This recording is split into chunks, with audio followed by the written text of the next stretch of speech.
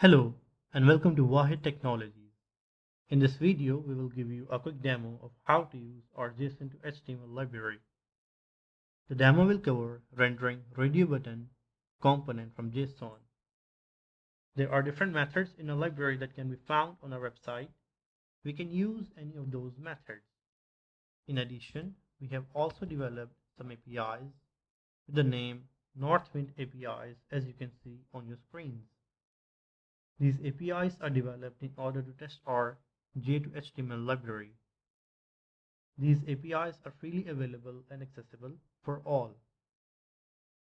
Before starting the demo, let me show you the introductory page of the documentation of our library. You can get our library by two ways. First is that you can get it directly from our website. Second is that you can clone our library from the GitLab repository. In our demo, we'll be going with the second way.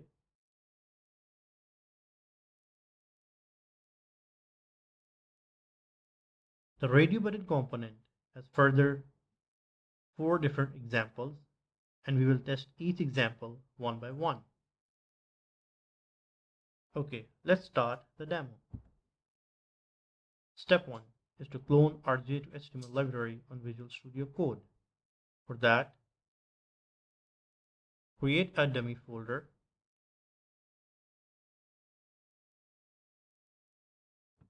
Let's give it a name, radio button example. Select the folder.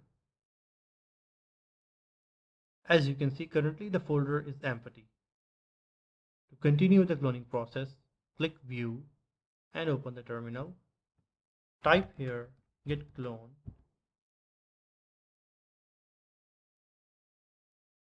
and from here we'll copy the git link and paste it here. Press enter. As you can see, the cloning is under process.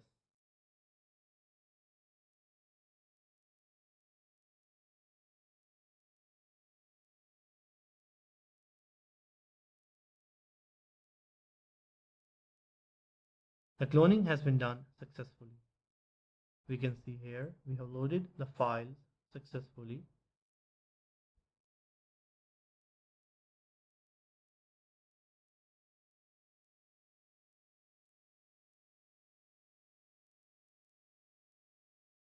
Let's test our first example of the radio button, that is horizontal radio button. For that, we will first of all copy this HTML div line of code, and in the example.html we will create a container div and we'll paste that div here. Now we will create a JS file with the name radiobtn.js. Let's write a function here.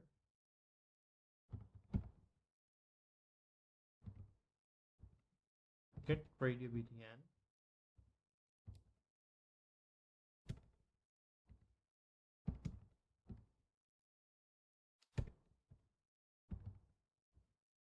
Here we'll be passing the URL of the API we'll be using here, and we can get this from here.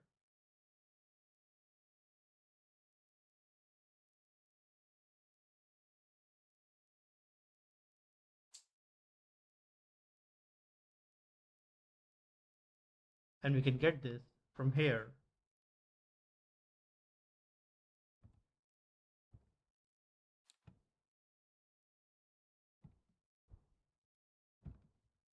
Next we'll write a callback function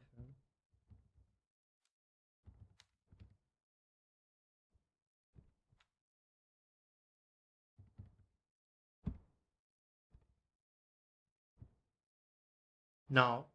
From here, we'll simply copy this JavaScript code and paste it here.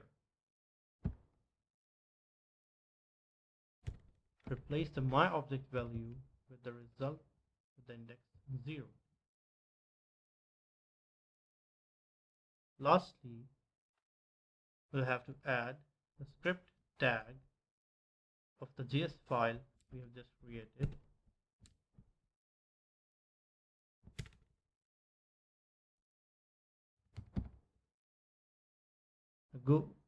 Now go to File and save all the changes. Let's test our first example of the radio button, that is a horizontal radio button.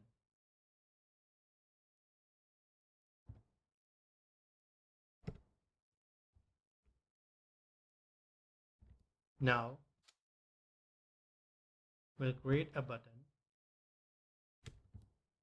and pass here and call here the function set a text to submit. Go to File and save all the changes.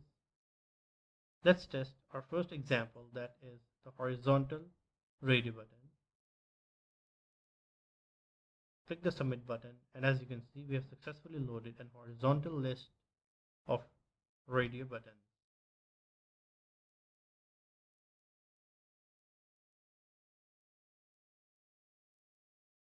Let's move on to the second example, that is the vertical radio button.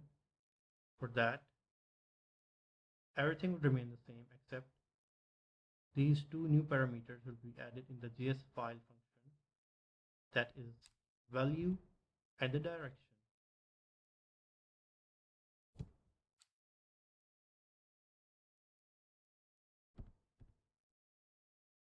Go to File and save all the changes.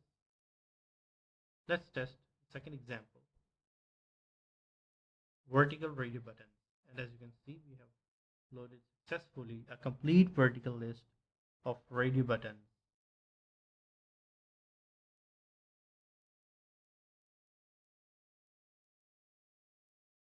Let's test the next example, that is get value on change or on changing the radio button selection. Once again, everything will remain the same except this new parameter or the get selected value will be added here.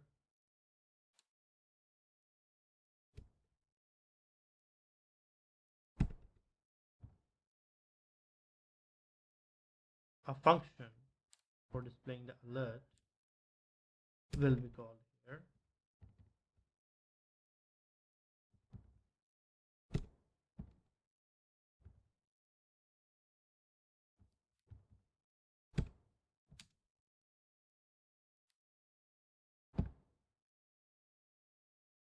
Go to File and save all the changes made so far. Let's test the third example of the radio button, that is we will get a value in the alert by changing the radio button selection. As you can see, on selecting the first option, we are showing the ID of that option.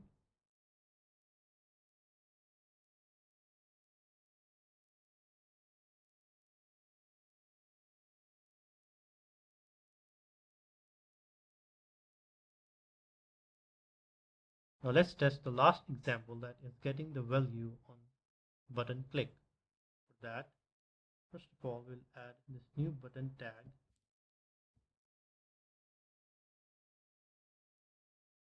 here in our example.html file. Next, we will simply change the on value to click and add here a new parameter. Copy this parameter from here, button ID, and place it here or paste it here. Once again, go to File and save the changes made so far. Now let's test the last example of the radio button, that is getting the value on clicking this button. Nothing happened. Now, on clicking this button, we will receive a pop-up or alert message that you have selected this particular option.